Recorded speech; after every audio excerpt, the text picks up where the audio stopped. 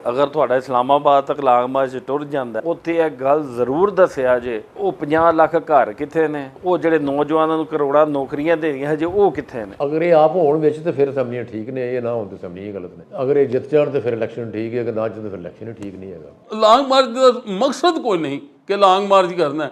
ਕੌਮ ਦੇ ਅੱਗੇ ਭੁੱਖ ਨਾਲ ਮਰਦੀ ਹੈ ਵੀ, ਤੇ ਤੁਸੀਂ ਹੋਰ ਅਫਰਾ ਤਫਰੀ ਕਰਕੇ ਜਿਹੜੇ ਕੋਈ ਛੋਟੇ ਮੋਟੇ ਲੋਕਾਂ ਦੇ ਕੰਮ ਚੱਲਦੇ ਨੇ ਉਹ ਵੀ ਤਬਾਹ ਕਰਨੇ ਨੇ।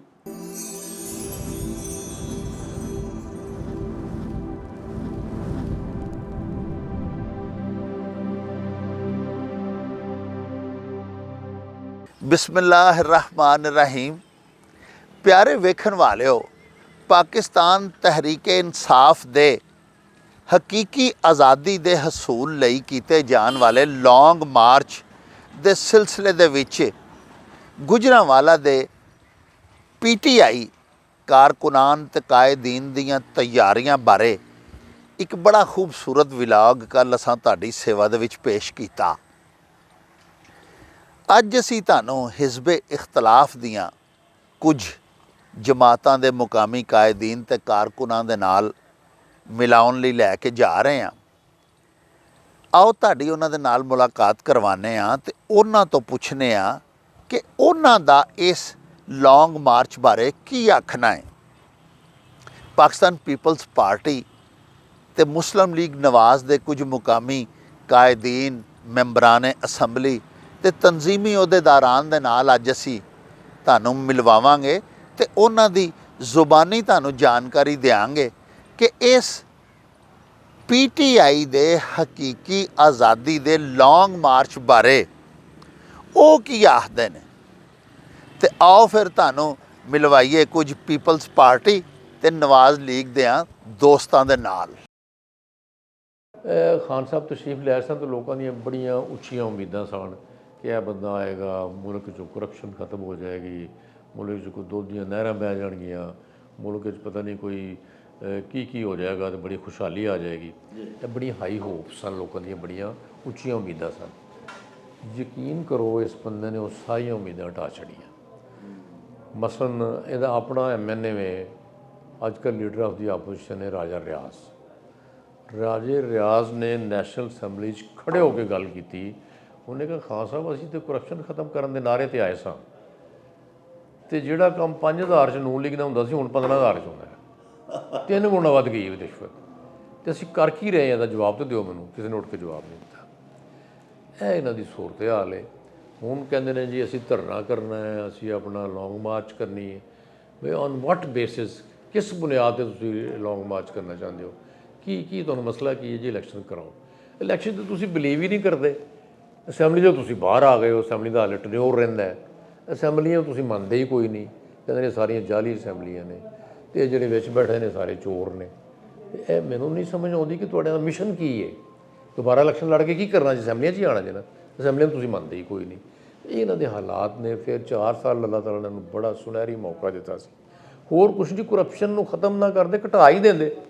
ਅਸੀਂ ਮੰਨਦੇ ਕਿ ਯਾਰ ਖਾਨ ਸਾਹਿਬ ਵਾਹ ਬਈ ਵਾਹ, ਬੰਦਾ ਗਾਇਆ ਮੁਲਕ 'ਚ, ਉਹਨੇ ਕਮ ਸੇ ਕਮ ਮਿਨੀਮਾਈਜ਼ ਕਰ ਦਿੱਤਾ, ਘੱਟ ਕਰ ਦਿੱਤੀ ਕਰਪਸ਼ਨ। ਉਹ ਵੀ ਕੋਈ ਨਹੀਂ ਹੋ ਸਕੀ।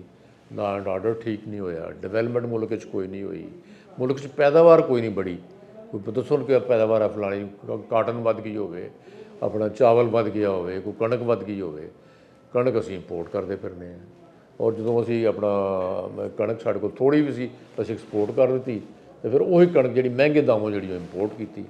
ਚੀਨੀ ਦੇ ਸਕੈਂਡਲ, ਕਣਕ ਦੇ ਸਕੈਂਡਲ, ਇਸ ਕਿਸਮ ਦਾ ਇਹਨਾਂ ਦੀ ਹਕੂਮਤ ਰਹੀ ਹੈ। ਔਰ ਉਹਦੇ 'ਚ ਕੋਈ ਕਿਸਮ ਦੀ ਨੋ ਮੈਨਸ ਲੈਂਡ ਵਾਲਾ ਹਾਲ ਸੀ। ਹਕੂਮਤ ਹੀ ਕੋਈ ਨਹੀਂ ਸੀ ਨਜ਼ਰ ਆਉਂਦੀ, ਰਿਟ ਆਫ ਦੀ ਗਵਰਨਮੈਂਟ ਹੀ ਕੋਈ ਨਹੀਂ ਸੀ ਕਿਧਰੇ। ਇਹ ਇਹਨਾਂ ਦੇ ਰਾਜ ਸਨ। ਅਫਸਰ ਨੇ IGA ਤੇ 8ਵੇਂ ਦਿਨ ਜਾ ਰਿਹਾ, DIGA ਤੇ 10ਵੇਂ ਦਿਨ ਜਾ ਰਿਹਾ, DC ਨੇ ਮਹੀਨੇ ਬਾਅਦ ਜਾ ਰਹੇ ਨੇ, ਟਰਾਂਸਫਰਾਂ ਹੋ ਰਹੀਆਂ ਨੇ। ਕੋਈ ਆਫਿਸ ਦੀ ਸਿਕਿਉਰਿਟੀ ਕੋਈ ਨਹੀਂ, ਕੋਈ ਇੰਤਜ਼ਾਮ ਕੋਈ ਨਹੀਂ, ਲੋਕਾਂ ਨੂੰ ਕੋਈ ਰਿਲੀਫ ਕੋਈ ਨਹੀਂ, ਲੋਕਾਂ ਦਾ ਤਹਫਜ਼ ਕੋਈ ਨਹੀਂ, ਜਾਨੋ ਮਾਲ ਦਾ ਕੋਈ ਤਹਫਜ਼ ਨਹੀਂ। ਇਹ ਇਹਨਾਂ ਦੀ 4 ਸਾਲ ਦੀ ਹਕੂਮਤ ਸੀ। ਹੁਣ ਕਹਿੰਦੇ ਨੇ ਅਸੀਂ ਲੌਂਗ ਮਾਰਚ ਕਰਨਾ। ਲੌਂਗ ਮਾਰਚ ਕਰਕੇ ਕੀ ਕਰਨਾ ਚਾਹੁੰਦੇ ਹੋ ਬਈ? ਇਲੈਕਸ਼ਨ ਦੀ ਮੈਂ ਤੁਹਾਨੂੰ ਪਹਿਲੇ ਗੱਲ ਦੱਸਤੀ ਕਿ ਇਲੈਕਸ਼ਨ 'ਚ ਬਿਲੀਵ ਹੀ ਨਹੀਂ ਕਰਦੇ। ਅੱਛਾ, ਅਗਰ ਇਹ ਆਪ ਹੋਣ ਵਿੱਚ ਤਾਂ ਫਿਰ ਅਸੈਂਬਲੀਆਂ ਠੀਕ ਨੇ, ਇਹ ਨਾ ਹੋਣ ਤਾਂ ਅਸੈਂਬਲੀਆਂ ਗਲਤ ਨੇ। ਅਗਰ ਇਹ ਜਿੱਤ ਜਾਣ ਤਾਂ ਫਿਰ ਇਲੈਕਸ਼ਨ ਠੀਕ ਹੈ, ਕਿ ਨਾ ਜਿੱਤ ਫਿਰ ਇਲੈਕਸ਼ਨ ਹੀ ਠੀਕ ਨਹੀਂ ਹੈਗਾ।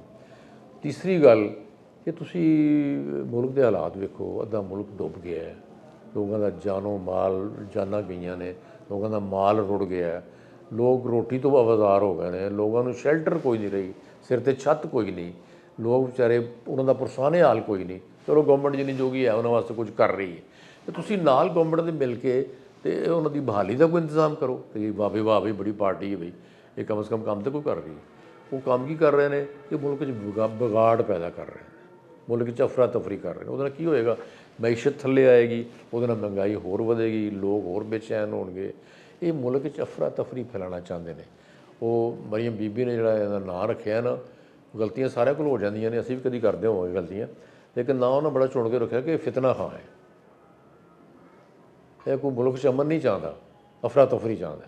ਔਰ ਫਿਰ ਉਹਦਾ ਆਪਣਾ ਬੰਦਾ ਉਹ ਫੈਸਲ ਵਾਡਾ ਬੋਲ ਪਿਆ, ਉਹਨੇ ਕਿਹਾ ਜੀ ਆਪਣਾ ਲਾਸ਼ਾਂ ਗਿਰਨਗੀਆਂ ਇੱਥੇ, ਜਿਹੜੇ ਨੇ ਵੱਡੇ ਵੱਡੇ ਸਿਰ ਜਾਣਗੇ, ਤੇ ਇਹ ਬੜੀ ਖੂਨੀ ਮੈਨੂੰ ਇਹ ਨਜ਼ਰ ਆ ਰਹੀ ਹੈ ਲੌਂਗ ਮਾਰਚ ਜਿਹੜੀ। ਇਹਨਾਂ ਦੇ ਆਪਣੇ ਬੰਦੇ ਨੇ ਕਹਿ ਦਿੱਤਾ, ਅਸੀਂ ਤਾਂ ਨਹੀਂ ਕਿਹਾ। ਤੇ ਇਹ ਸਾਰੀਆਂ ਚੀਜ਼ਾਂ ਸਾਹਮਣੇ ਆ ਰਹੀਆਂ ਨੇ, ਤੇ ਤੁਹਾਨੂੰ ਨਜ਼ਰ ਆ ਰਿਹਾ ਕਿ ਇਹਨਾਂ ਦੇ ਨਜ਼ਰੀਆਤ ਕੀ ਨੇ, ਇਹ ਕਰਨਾ ਕੀ ਚਾਹੁੰਦੇ ਨੇ, ਇਹਨਾਂ ਦਾ ਮਿਸ਼ਨ ਕੀ ਹੈ। ਇਹਨਾਂ ਕੋਲ ਕੋਈ ਸਲਾਹੀਅਤ ਨਹੀਂ ਹੈਗੀ ਹਕੂਮਤ ਕਰਨ ਦੀ। ਇਹਨਾਂ ਨੇ ਕਦੀ ਕੋਈ ਮਿਊਨਸਿਪਲ ਕਮੇਟੀ ਨਹੀਂ ਸੀ ਚਲਾਈ, ਤੇ ਮੁਲਕ ਇਹਨਾਂ ਨੇ ਕੀ ਚਲਾਉਣਾ ਹੈਗਾ। ਤੇ ਇਹ ਬਿਲਕੁਲ ਮੁਲਕ ਨੂੰ ਪਿੱਛੇ ਲੈ ਜਾਣਗੇ। ਤੇ ਮੁਲਕ ਨੂੰ ਬਚਾਉਣ ਵਾਸਤੇ ਸਾਡੀ ਜਮਾਤ ਨੇ ਕੁਰਬਾਨੀ ਦਿੱਤੀ ਹੈ ਔਰ ਰਿਸਕ ਲਈ ਹੈ ਬੜੀ ਵੱਡੀ। ਤੁਹਾਨੂੰ ਪਤਾ ਨਾ ਨੂਨ ਲੀਗ ਦਾ ਗ੍ਰਾਫ ਕਿੱਥੇ ਸੀ, ਹੈ ਜੀ, ਤੇ ਇਹਦਾ ਕਿੱਥੇ ਸੀ। ਅਗਰ ਇਹ 5 ਸਾਲ ਪੂਰੇ ਕਰ ਲੈਂਦਾ ਤਾਂ ਉਹਨਾਂ ਨੂੰ ਕੋਈ ਕੈਂਡੀਡੇਟ ਨਹੀਂ ਸੀ ਲੱਭਣਾ, ਕਿਸੇ ਨੇ ਟਿਕਟ ਨਹੀਂ ਸੀ ਇਹਦਾ ਲੈਣਾ। ਇਹ ਹਕੂਮਤ ਚੋਂ ਨਿਕਲਣ ਤੋਂ ਬਾਅਦ ਬਾਦਰ ਬਣ ਗਿਆ। ਉਹ ਅਸੀਂ ਹਕੂਮਤ ਇਸ ਵਾਸਤੇ ਲਈ ਹੈ ਸਾਡੀ ਪਾਰਟੀ ਨੇ ਕਿ ਮੁਲਕ ਤਾਂ ਡੁੱਬਦਾ ਪਿਆ, ਇਹਦਾ ਦਿਵਾਲੀਆ ਹੋ ਜਾਣਾ, ਇਹਨੂੰ ਬਚਾਈਏ। ਤਾਂ ਸਹੀ, ਬਚਾਉਣ ਵਾਸਤੇ ਰਿਸਕ ਲਈਏ ਤੇ ਆਪਣੇ ਆਪ ਨੂੰ ਰਿਸਕ 'ਚ ਪਾਇਆ। ਤੇ ਇਹਦੀ ਕੋਈ ਕਦਰ ਹੋਣੀ ਚਾਹੀਦੀ ਸੀ, ਬਜਾਏ ਕਦਰ ਦੇ ਇਹਨਾਂ ਨੂੰ ਕੱਢੋ ਜੀ, ਇਹ ਚੋਰ ਨੇ ਸਾਰੇ ਜੀ, ਡਾਕੂ ਨੇ। ਔਰ ਜੋ ਨਤੀਜਾ ਨਿਕਲਿਆ, ਸਰਟੀਫਾਈਡ ਚੋਰ ਡਿਕਲੇਅਰ ਹੋ ਗਿਆ, ਇਲੈਕਸ਼ਨ ਕਮਿਸ਼ਨ ਨੇ ਕਰ ਦਿੱਤਾ। ਔਰ ਉਹ ਕਹਿ ਰਹੇ ਸਨ ਕਿ ਜੀ ਆਪਣਾ ਮੈਂ ਬੜਾ ਪਾਰਸ਼ਾਹ ਹਾਂ, ਉਹ ਪਾਰਸ਼ਾਹੀ ਸਾਰੀ ਸਾਹਮਣੇ ਆ ਗਈ। ਔਰ ਤੁਸੀਂ ਦੇਖ ਲੈਣਾ ਦਿਨ ਬ ਦਿਨ ਐਕਸਪੋਜ਼ ਹੁੰਦਾ ਜਾਏਗਾ ਇਹਨਾਂ ਦਾ ਪ੍ਰੋਗਰਾਮ। ਤੇ ਇਨਸ਼ਾਅੱਲਾ ਇਹ ਲੌਂਗ ਮਾਰਚ ਵੀ ਫੇਲ ਹੋ ਜਾਏਗਾ। ਇਹ ਮੇਰੀ ਤਵੱਕੋ ਹੈ ਕਿ ਲੌਂਗ ਮਾਰਚ ਫੇਲ ਹੋ ਜਾਏਗਾ। ਲੋਕ ਸਮਝਦਾਰ ਹਨ, ਲੋਕ ਬਾਹਰ ਐਵੇਂ ਨਹੀਂ ਨਿਕਲਦੇ, ਕਿਸੇ ਕਾਜ਼ ਵਾਸਤੇ ਨਿਕਲਦੇ ਨੇ, ਤੇ ਕਾਜ਼ ਕੋਈ ਹੈ ਨਹੀਂ। ਔਰ ਇੱਕ ਤਬਾਹੀ ਦਾ ਰਾਸਤਾ ਮੁਲਕ ਜਿਹੜਾ ਹੋ ਗਈ ਬੜੇ ਬੁਰੇ ਹਾਲਾਤ 'ਚ। ਖੁਦਾ ਕਰੇ ਕਿ ਮੁਲਕ ਜਿਹੜਾ ਉਹਦਾ ਕੋਈ ਨੁਕਸਾਨ ਨਾ ਹੋਵੇ। ਮੇਰੀ ਹੁਣ ਸਾਰੀ ਜ਼ਿੰਦਗੀ ਇਸੇ ਦਸ਼ਤ 'ਚ ਗੁਜ਼ਰੀ ਹੈ। ਮੈਂ ਬੜੀ ਛੋਟੀ ਉਮਰ ਤੋਂ ਪੋਲੀਟਿਕਸ ਦੇ ਵਿੱਚ ਆ ਗਿਆ ਸਾਂ, ਤੇ 8ਵੀਂ ਵਾਰ ਹੈ ਮੇਰੀ ਇਸ ਅਸੈਂਬਲੀ ਦੇ ਵਿੱਚ, ਮੇਰੀ ਟਰਮ ਹੈ। ਔਰ ਮੈਂ ਇਸ ਅਸੈਂਬਲੀ ਸਭ ਤੋਂ ਪੁਰਾਣਾ ਬੰਦਾ ਹਾਂ। ਤੇ ਗੁਜ਼ਾਰਿਸ਼ ਇਹ ਵੇ ਕਿ ਅਸੀਂ ਜੋ ਸਿੱਖਿਆ ਸੀ ਮੁਖਾਲਫੀਨ ਕੋਲੋਂ ਵੀ ਬੜਾ ਸਿੱਖੀਦਾ ਸੀ। ਉਹ ਬੜੇ ਅਦਬ ਅਦਾਬ ਦਾ ਨਾਂ ਲੈਂਦੇ ਸੀ, ਬੜੇ ਇਤਰਾਮ ਨਾਲ ਪੇਸ਼ ਆਉਂਦੇ ਸੀ, ਜਾਈਏ ਤੋਂ ਉੱਠ ਕੇ ਮਿਲਦੇ ਸਨ। ਇੱਕ ਬੜਾ ਬਾਹਮੀ ਅਦਬ ਇਤਰਾਮ ਦਾ ਰਿਸ਼ਤਾ ਹੁੰਦਾ ਸੀ।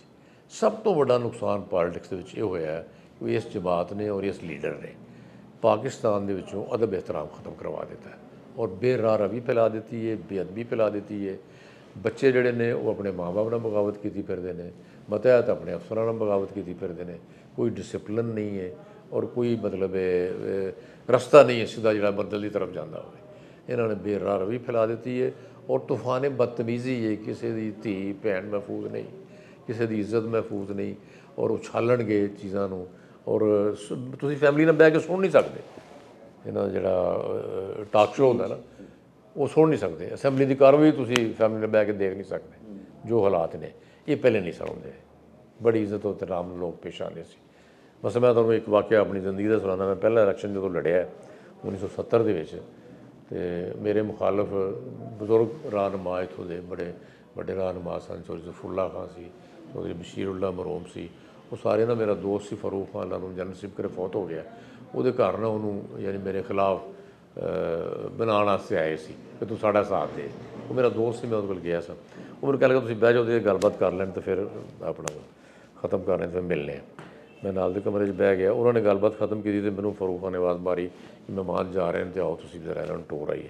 ਅਸੀਂ ਉਹਨਾਂ ਨੂੰ ਟੋਰਨ ਗਏ ਤਾਂ ਉਹਨਾਂ ਨੇ ਮੈਨੂੰ ਘੇਰ ਲਿਆ। ਬਜ਼ੁਰਗਾਂ ਨੇ ਮੈਨੂੰ ਕਹਿੰਦੇ ਨੇ ਬਈ ਪਰ ਖੁਦਾ ਤੂੰ ਸਾਡੇ ਕੋਲੋਂ ਵੋਟ ਕਿਉਂ ਨਹੀਂ ਮੰਗਿਆ? ਤੇ ਮੈਂ ਬੱਚਾ ਸਾਂ, ਮੈਂ ਆਪਣੀ ਗੱਲ ਵੀ ਮੰਨਣੀ ਚਾਹੀਦੀ। ਮੈਂ ਬੱਚਿਆਂ ਵਾਲਾ ਜਵਾਬ ਦਿੱਤਾ, ਮੈਂ ਕਿਹਾ ਅੰਕਲ ਤੁਸੀਂ ਤਾਂ ਮੇਰੇ ਖਿਲਾਫ ਆਏ ਹੋ, ਤੁਹਾਡੇ ਕੋਲ ਕੀ ਵੋਟ ਮੰਗਣਾ?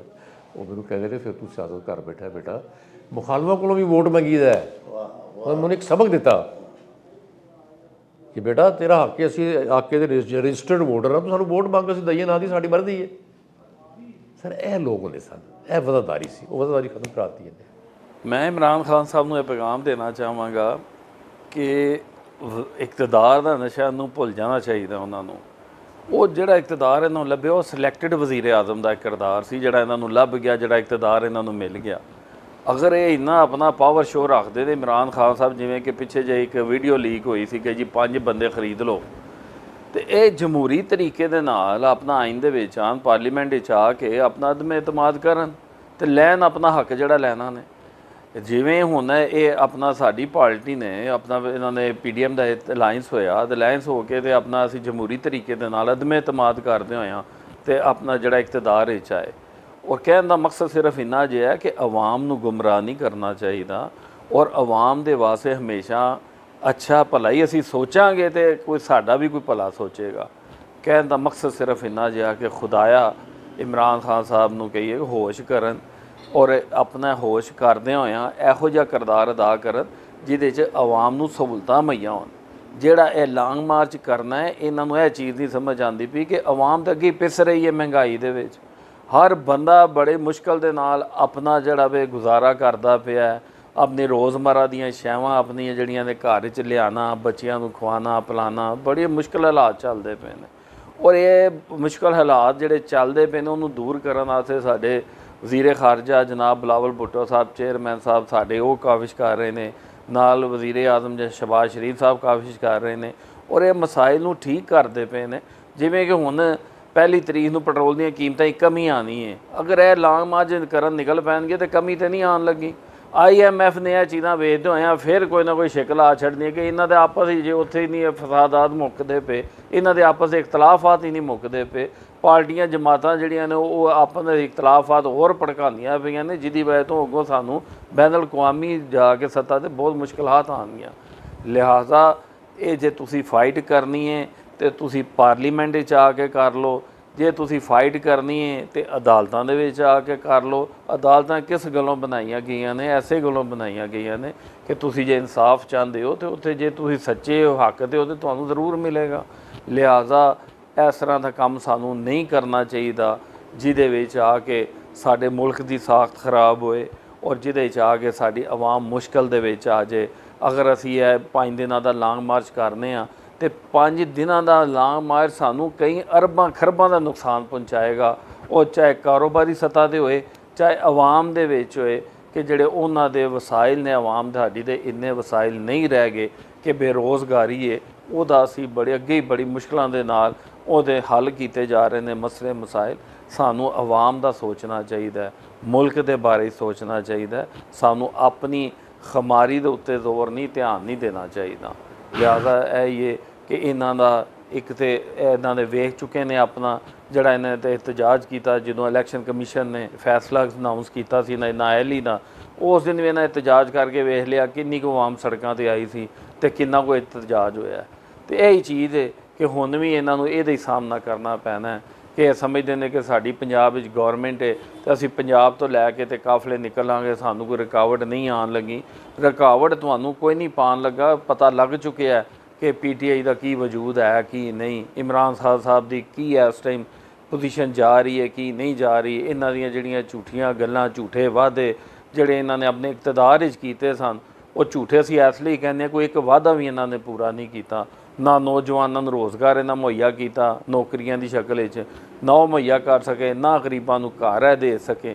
ਕਹਿਣ ਦਾ ਮਕਸਦ ਅਮਲੀ ਕੰਮ ਸਾਨੂੰ ਕਰਨੇ ਚਾਹੀਦੇ ਨੇ, ਚਾਹੇ ਉਹ ਕੋਈ ਵੱਡਾ ਸਿਆਸਤਦਾਨ ਹੈ, ਭਾਵੇਂ ਕੋਈ ਛੋਟੇ ਪੈਮਾਨੇ 'ਤੇ ਸਿਆਸਤਦਾਨ ਨੇ। ਗੱਲ ਹਮੇਸ਼ਾ ਮਬਨੀ ਉਹ ਕਰਨੀ ਚਾਹੀਦੀ ਹੈ ਜਿਹੜਾ ਬੰਦਾ ਪੂਰੀ ਕਰ ਸਕੇ। ਤੇ ਮੈਂ ਇੱਕ ਆਖਰੀ ਗੱਲ ਕਰਾਂਗਾ ਕਿ ਇਮਰਾਨ ਖਾਨ ਸਾਹਿਬ ਨੇ ਕੱਲ੍ਹ ਆਪਣੇ ਬਿਆਨ ਜਾਰੀ ਕੀਤਾ ਹੈ ਕਿ ਸਾਡੇ ਕਾਇਦ ਜਨਾਬ ਆਸਫ ਅਲੀ ਜ਼ਰਦਾਰੀ ਸਾਹਿਬ ਦਾ ਨਾਂ ਲੈ ਕੇ ਜੀ ਕਿ ਮੈਂ ਸਿੰਧ ਆਵਾਂਗਾ ਤੇ ਸਿੰਧ ਮੈਂ ਆਪਣੀ ਸਿਆਸਤ ਜਿਹੜੀ ਹੈ ਨਾ ਆਪਣਾ ਉੱਥੋਂ ਆਗਾਜ਼ ਕਰਾਂਗਾ। ਆਗਾਜ਼ ਜੇ ਕਰਨੀ ਤਾਂ ਹੁਣ ਨਹੀਂ ਲਾਂਗ ਮਾਰਚ ਦੀ ਆਗਾਜ਼ ਸਿੰਧ ਤੋਂ ਕਰ ਭਾਈ, ਤੁਹਾਨੂੰ ਵੀ ਪਤਾ ਲੱਗੇ ਕਿ ਤੇਰੇ ਪੱਲੇ ਕੀ ਹੈ ਕੀ ਨਹੀਂ, ਤੇਰੀ ਜਮਾਤ ਦੀ ਕੀ ਉੱਥੇ ਵਕਤ ਹੈ ਕੀ ਨਹੀਂ। ਉੱਥੇ ਆਵਾਮ ਸੂਝ-ਬੂਝ ਰੱਖਦੀ ਔਰ ਇਨਸ਼ਾਅੱਲਾ ਪੂਰੇ ਪਾਕਿਸਤਾਨ ਦੀ ਜਿਹੜੀ ਆਵਾਮ ਹੈ ਉਹ ਸੂਝ-ਬੂਝ ਰੱਖਦੀ ਹੈ, ਉਹਨੂੰ ਸੱਚ ਝੂਠ ਦਾ ਪਤਾ ਲੱਗ ਚੁੱਕਿਆ। ਇਹ ਗੱਲ ਮੈਂ ਤੁਹਾਨੂੰ ਕਹਿਣਾ ਵਾਂ, ਤੁਸੀਂ ਰਿਜ਼ਲਟ ਵੇਖ ਚੁੱਕੇ ਹੋ ਕਿ ਸਾਡੇ ਕੌਮੀ ਅਸੈਂਬਲੀ ਦਾ ਸੀਟ ਉੱਥੋਂ ਅਸੀਂ ਵਿਨ ਕੀਤੀ ਹੈ ਔਰ ਅਸੀਂ ਇੱਕ ਪੰਜਾਬ ਮੁਲਤਾਨ ਦੀ ਸੀਟ ਮੂਸਾ ਗਿਲਾਨੀ ਸਾਹਿਬ ਦੀ ਵਿਨ ਕੀਤੀ ਹੈ।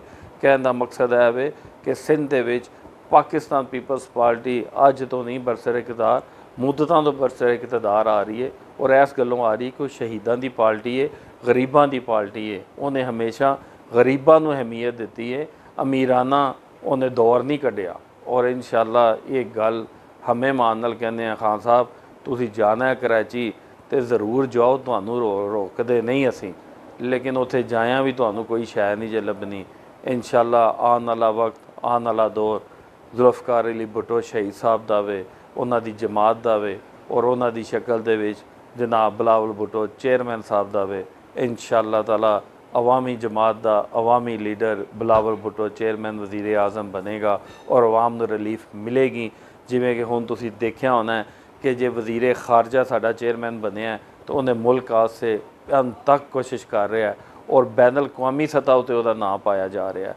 ਹੁਣ ਇਹ ਗ੍ਰੇ ਲਿਸਟ 'ਚ ਨਾਂ ਜੇ ਨਿਕਲਿਆ ਤੇ ਉਹ ਸਭ ਤੋਂ ਜ਼ਿਆਦਾ ਐਫਰਟ ਸਾਡੇ ਚੇਅਰਮੈਨ ਦੀਆਂ ਨੇ, ਸਾਡੇ ਆਪਣਾ ਜਨਰਲ ਬਾਜਵਾ ਸਾਹਿਬ ਦੀਆਂ ਨੇ, ਨਾਲ ਉਹਨੂੰ ਐਪਰੀਸ਼ੀਏਟ ਸਾਡੇ ਵਜ਼ੀਰ ਆਜ਼ਮ ਸ਼ਹਬਾਜ਼ ਸ਼ਰੀਫ ਨੇ ਉਹਨੂੰ ਕੀਤਾ ਹੈ। ਮੈਨੂੰ ਵੈਸੇ ਉਮੀਦ ਨਹੀਂ ਹੈ ਖਾਨ ਸਾਹਿਬ ਕਿ ਤੁਸੀਂ ਆਪਣਾ ਲੌਂਗ ਮਾਰਚ ਇਸਲਾਮਾਬਾਦ ਤੱਕ ਕਰੋ, ਤੇ ਅਗਰ ਤੁਹਾਡਾ ਇਸਲਾਮਾਬਾਦ ਤੱਕ ਲੌਂਗ ਮਾਰਚ ਟੁਰ ਜਾਂਦਾ ਹੈ ਜਾਂ ਜਿੱਥੇ ਤੁਸੀਂ ਉਹਨੂੰ ਖ਼ਤਮ ਕਰਦੇ ਹੋ, ਜਿੱਥੇ ਵੀ ਤੁਸੀਂ ਖ਼ਤਮ ਕਰਦੇ ਹੋ ਉੱਥੇ ਇਹ ਗੱਲ ਜ਼ਰੂਰ ਦੱਸਿਆ ਜੇ ਕਿ ਉਹ 50 ਲੱਖ ਘਰ ਕਿੱਥੇ ਨੇ ਤੇ ਉਹ ਜਿਹੜੇ ਨੌਜਵਾਨਾਂ ਨੂੰ ਕਰੋੜਾਂ ਨੌਕਰੀਆਂ ਦੇ ਰਹੀਆਂ ਹਜੇ ਉਹ ਕਿੱਥੇ ਨੇ। ਇਹਨਾਂ ਦੀ ਵਜ਼ਾਹਤ ਜਿਹੜੀ ਹੈ ਨਾ ਜ਼ਰੂਰ ਕਰਿਆ ਜੇ।